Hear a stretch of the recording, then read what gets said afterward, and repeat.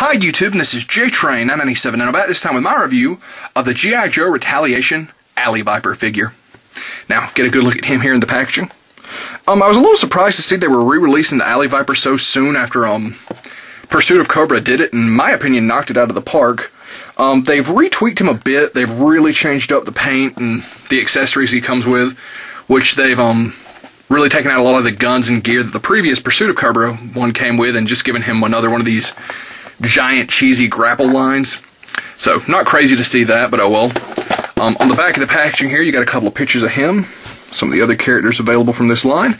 And his read-up says, the evil Alley Viper is an expert at urban combat. He glides high above the city on a zip line to ambush his unsuspecting enemies. He is equally at home on rooftops, dark alleys, and underground sewers, always ready to attack.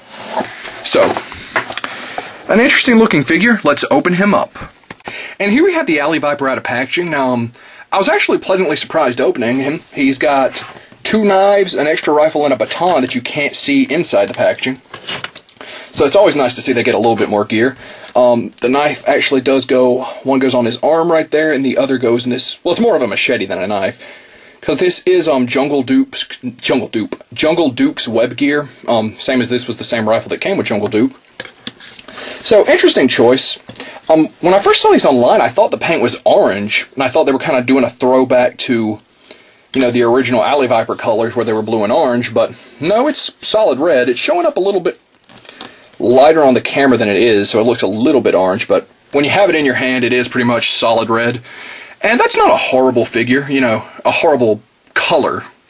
It's interesting, and it makes him stand out. So, let's actually get his helmet off here. This is the same helmet that came with the Pursuit of Cobra Alley Viper.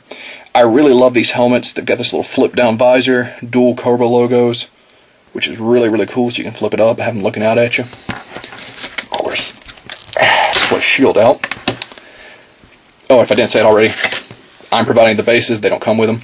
Same shield, very nice, and it's also got a place for the baton, which hit the camera. So over here, you put it right in there, flip it to the side. That's a really neat little storage feature. Of course, one knife here, the machete here. I really don't see why they don't just slap a little silver paint on there. I mean, I know it costs a little extra, but still. Underneath this web gear looks like it's pretty much the same armor that the first Duke out of this line came with. But with the web gear on, it really makes it look a lot better. You don't really care that it's that kind of crazy looking armor.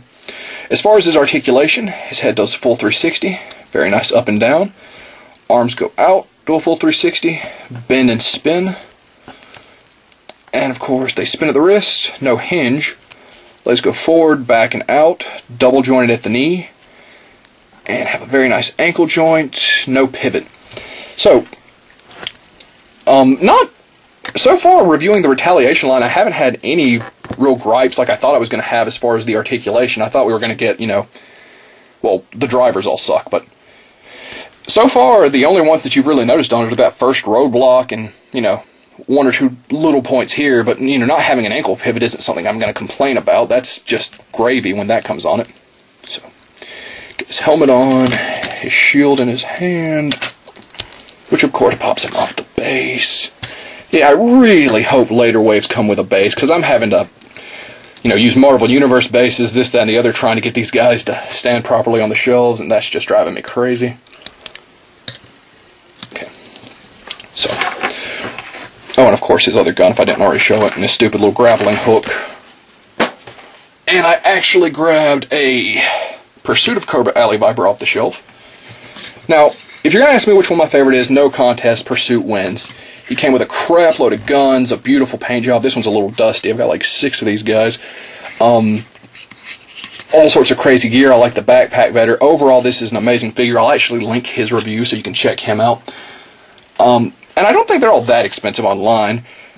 Speaking of, this guy is $10. Now, Alley Vipers are a little bit hard to find out of the newer waves. $10 for this figure, you know, it's $10 is too much for a G.I. Joe. I've said it before, I'll say it again. I'm old, you know, I'm used to paying $7, $8 for them.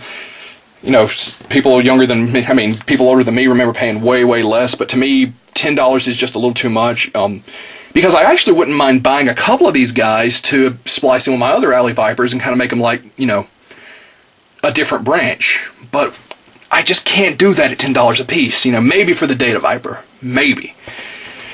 So this guy at the end of the day really surprised me. I fully expected to hate him. He's not as good as Pursuit of Cobra, but he's an interesting enough variation that I think you should pick him up. And that being said, this is JTrain997, and I'll see you soon, YouTube.